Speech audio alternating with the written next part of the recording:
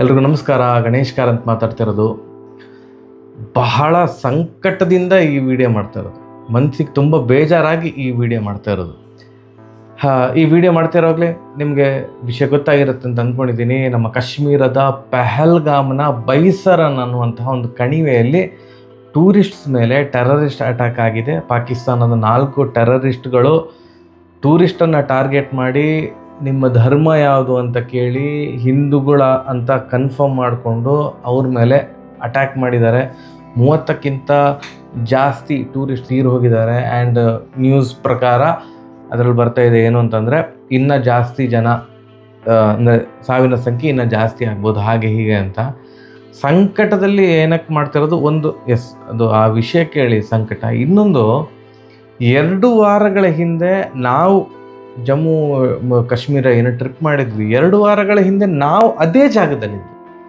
ಇವಾಗೇನು ಅಟ್ಯಾಕ್ ಆಗಿದೆ ಬೈಸರನ್ನು, ಅಲ್ಲಿ ನಾವಿದ್ವಿ. ನಾನು, ವೈಫು, ನನ್ನ ಅಪ್ಪ ಅಮ್ಮ ಎಲ್ಲರೂ ಇದ್ವಿ. ಅದು ಈಗ ನೆನೆಸ್ಕೊಂಡ್ರೆ ನಮಗೆ ಒಂಥರ ಭಯ ಆಗುತ್ತೆ. ಫಸ್ಟ್ ಆಫ್ ಆಲ್ ಕಾಶ್ಮೀರ ಅಷ್ಟು ಚಂದ, ಆ ಕಡೆ ಈ ಕಡೆ ನೋಡಿದ್ರೆ ಎಲ್ಲ ಕೂಡ ಪಿಕ್ಚರ್ ಪರ್ಫೆಕ್ಟ್ ಫ್ರೇಮ್ ಅಂತ ಹೇಳ್ತಾರಲ್ಲ, ಅಷ್ಟು ಚಂದದ ಪ್ರದೇಶ ಅದು.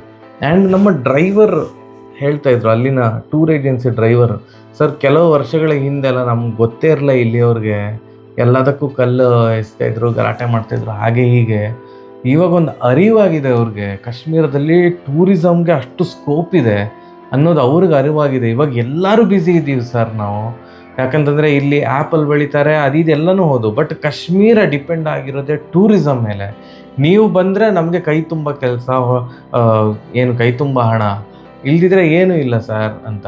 ಯಾಕಂತಂದರೆ ಅಷ್ಟು ಹೋಟೆಲ್ಸು ರೆಸಾರ್ಟ್ಸ್ ಎಲ್ಲ ಓಪನ್ ಆಗಿದೆ. ಈ ವರ್ಷ ಅಂತೂ ಸಿಕ್ಕಾಬಟ್ಟೆ ಟೂರಿಸ್ಟ್ಸು. ಏಪ್ರಿಲ್ ಮೇ ಅಂತೂ ಇವಾಗ ಮಕ್ಕಳಿಗೆಲ್ಲ ರಜೆ ಇರುತ್ತೆ ಅಂತ ಎಲ್ಲರ ಪೇರೆಂಟ್ಸು ಎಲ್ಲ ಕರ್ಕೊಂಡು ಹೋಗ್ತಾರೆ ಮಕ್ಕಳನ್ನು. ಈ ಸಮಯದಲ್ಲಿ ಈ ಒಂದು ಇನ್ಸಿಡೆಂಟ್ ಆಗಿರೋದು ನಿಜಕ್ಕೂ ಬೇಸರದ ಸಂಗತಿ. ಆ್ಯಂಡ್ ನಿನ್ನೆ ಅಷ್ಟೇ ನಮ್ಮ ಈ ಚಾನಲಲ್ಲಿ ನಮ್ಮ ಜಮ್ಮು ಟ್ರಿಪ್ನ ವ್ಲಾಗ್ ಹಾಕಿದ್ದೆ. ಯಾಕಂದರೆ 2 ವಾರಗಳ ಹಿಂದೆ ನಾನು, ವೈಫು ಮತ್ತು ಅಪ್ಪ ಅಮ್ಮ 10 ದಿನಗಳ ಜಮ್ಮು ಆ್ಯಂಡ್ ಕಾಶ್ಮೀರ್ ಟ್ರಿಪ್ ಮಾಡಿದ್ದಾಗಿತ್ತು. ಫಸ್ಟ್ 3 ದಿನ ಜಮ್ಮುವಲ್ಲಿದ್ವಿ, ಇನ್ನು 7 ದಿನ ಮಿಕ್ಕಿದಂಥ 7 ದಿನ ನಾವು ಕಾಶ್ಮೀರದಲ್ಲಿದ್ವಿ.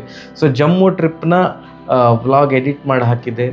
ನೀವು ಇಷ್ಟಪಟ್ಟಿದ್ದೀರ, ಒಳ್ಳೊಳ್ಳೆ ಕಮೆಂಟ್ಸು ಇದೆ, ನಾನು ನೋಡಿದ್ದೀನಿ. ಆ್ಯಂಡ್ ಇನ್ನೊಂದು 2 ದಿನ ಆದಮೇಲೆ ಕಾಶ್ಮೀರದ ಡೇ 1, ಡೇ 2, ಡೇ 3 ಹೀಗೆ ವಿಡಿಯೋ ಹಾಕುವಂತಹ ಪ್ಲ್ಯಾನ್ ಇತ್ತು. ಆ್ಯಂಡ್ ನಿಜ ಹೇಳ್ತಿದ್ದೀನಿ, ನಾನು ವಿಡಿಯೋ ಎಡಿಟ್ ಮಾಡ್ತಾ ಇರೋವಾಗ ಕಾಶ್ಮೀರ್ ಡೇ 1 ಗುಲ್ಮಾರ್ಗ್ ಅಂತ ನಾನು ಎಡಿಟ್ ಮಾಡ್ತಾ ಇರುವಾಗ ನನಗೆ ಸುದ್ದಿ ಬಂತು, ಅಂದರೆ ನ್ಯೂಸ್ ನೋಡಿದೆ ಈ ಥರ ಇನ್ಸಿಡೆಂಟ್ ಆಗಿದೆ ಅಂತ. ಆ ಕ್ಷಣಕ್ಕೆ ಕೈ ಎಷ್ಟು ನಡ್ಗಕ್ಕೆ ಸ್ಟಾರ್ಟ್ ಆಯಿತು ಅಂತಂದರೆ, ಯಾಕಂತಂದರೆ ಕಾಶ್ಮೀರದ ಡೇ 3 ಅಥವಾ ಡೇ 4ಗೆ ನಾವು ಪಹಲ್ಗಾಮ್ನ ಬೈಸರನ್ಗೆ ಹೋಗಿದ್ದು. ಆ್ಯಂಡ್ ಅವರು ಚೂಸ್ ಮಾಡಿರೋಂಥ ಪ್ಲೇಸ್ ನೋಡಿ ಟೆರರಿಸ್ಟು, ಪಹಲ್ಗಾಮಿಂದ ನೀವು ಬೈಸರನ್ಗೆ ಹೋಗಬೇಕು ಅಂತಂದರೆ ನಿಮ್ಮ ಕಾರಲ್ಲೋ ಗಾಡಿಗಳಲ್ಲೋ ಅಥವಾ ನಡ್ಕೊಂಡು ಹೋಗೋಕ್ಕಾಗಲ್ಲ, ನೀವು ಪೋನಿ ರೈಡೇ ಮಾಡಬೇಕು, ನಿಮಗೆ ಬೇರೆ ದಾರಿ ಇಲ್ಲ. ಯಾಕಂತಂದರೆ ಆ ಬೈಸರನ್ ಅನ್ನುವಂಥ ಏನು ವ್ಯಾಲಿ ಏನಿದೆ ಅದು ರೀಚ್ ಆಗೋಕ್ಕೆ ನೀವು 8 ಕಿಲೋಮೀಟ್ರು ಬೆಟ್ಟ ಹೀಗೆ ಹತ್ಕೊಂಡು ಹೋಗ್ಬೇಕು. ಅದು ಕುದುರೆ ಮಾತ್ರ ಹತ್ತಕ್ಕಾಗೋದು. ಅಂತಹ ಒಂದು ಚಿಕ್ಕದಾಗಿರುವಂತಹ ದಾರಿ, ಬಿದ್ದರೆ ಪ್ರಪಾತ, ಆ ಥರದ ಒಂದು ದಾರಿ. ಅದನ್ನೆಲ್ಲ ದಾಟಿಕೊಂಡು 1.25 ಗಂಟೆ ನೀವು ಕುದುರೆಯಲ್ಲಿ ಕುತ್ಕೊಂಡು ಭಯ ಪಟ್ಕೊಂಡು ಬೈಸರನ್ನಿಗೆ ರೀಚ್ ಆದಮೇಲೆ, ಆ ಬೈಸರನ್ ವ್ಯಾಲಿ ಏನಿದೆ ಅದು ಸಮತಟ್ಟಾದ ಪ್ರದೇಶ, ಒಂದು ದೊಡ್ಡ ಬಯಲು ಅದು. ಆ ಬಯಲಿಂದ ನಿಮಗೆ ಹಿಮಾಲಯ ಪರ್ವತ ಎಲ್ಲ ಕಾಣುತ್ತೆ. ಎಷ್ಟು ಖುಷಿ ಆಗತ್ತೆ ಅಂತಂದರೆ ಅದು ನೋಡುವಾಗ ಮನಸ್ಸಿಗೆ ಒಂಥರ ಆಹಾ ಅಂತ ಅನಿಸ್ಬಿಡತ್ತೆ.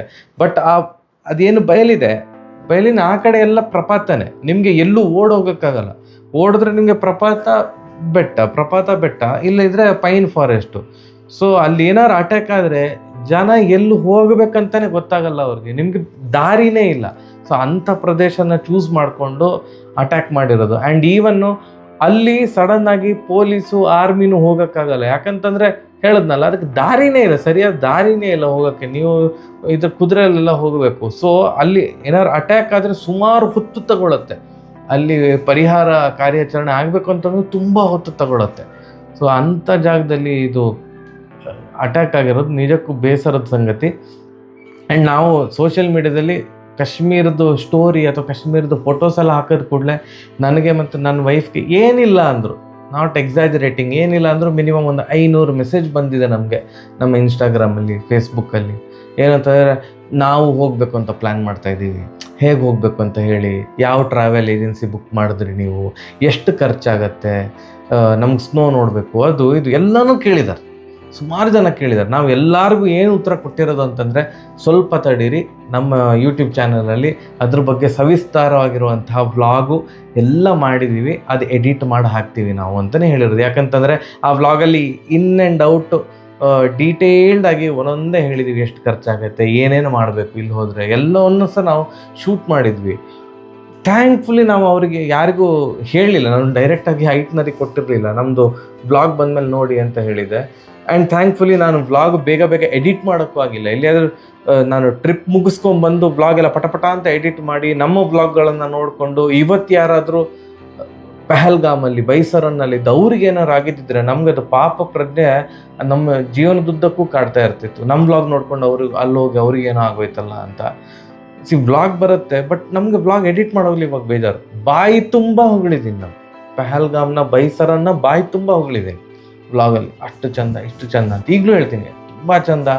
ಲೋಕಲೈಟ್ಸು ಕೂಡ ಹಾಗೆ ಎಲ್ಲ ಒಳ್ಳೆಯವರು, ಅವ್ರವ್ರ ಕೆಲಸ ಮಾಡ್ಕೊಂಡಿದ್ದಾರೆ. ಯಾಕಂತಂದರೆ ಅವ್ರಿಗೆ ಹೊಟ್ಟೆ ತುಂಬೋದೇ ನಾವು ಬಂದರೆ. ಎಸ್, ಲೂಟ್ತಾರೆ, ಜಾಸ್ತಿ ದುಡ್ಡು ಕೇಳ್ತಾರೆ, ಅದು ಬಾರ್ಗೇನ್ ಎಲ್ಲ ಮಾಡ್ಕೋಬೇಕು.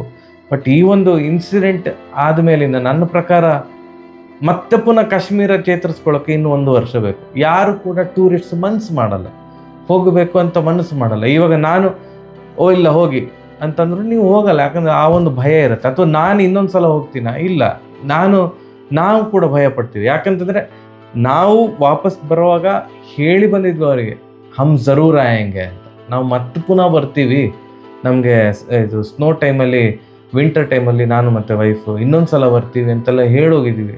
ಇವಾಗ ಅವಳು ಹೇಳ್ತಾಳೆ, ನಾನು ಹೋಗಲ್ಲಪ್ಪ ಅಲ್ಲಿ ಅಂತ. ಅಷ್ಟು ಭಯದ ವಾತಾವರಣ ಒಂದು ಟೆರರಿಸ್ಟ್ ಅಟ್ಯಾಕಿಂದ ಕ್ರಿಯೇಟ್ ಆಗೋಯ್ತು. ಸಿಕ್ಕಾಪಟ್ಟೆ ನನಗೆ ಬೇಜಾರಾಗಿ ವಿಡಿಯೋ ಮಾಡ್ತಾ ಇರೋದು. ಎಡಿಟ್ ಮಾಡಲಿಕ್ಕೂ ಬೇಜಾರು ನನಗೆ. ನಾನು ಗುಲ್ಮಾರ್ಗ್ ವಿಡಿಯೋ ಎಡಿಟ್ ಮಾಡ್ತಾಯಿದ್ದೆ, ಅರ್ಧ ಆಗಿತ್ತು. ನಾಳೆ ಅಥವಾ ನಾಡ್ದು ಅಪ್ಲೋಡ್ ಮಾಡೋಣ ಅಂತಿದ್ದೆ ಬ್ಲಾಗ್. ನನಗೆ ಈಗ ಒಂಥರ ಮನಸ್ಸಿಗೆ ಸಂಕಟ ಆಗ್ತಾಯಿದೆ.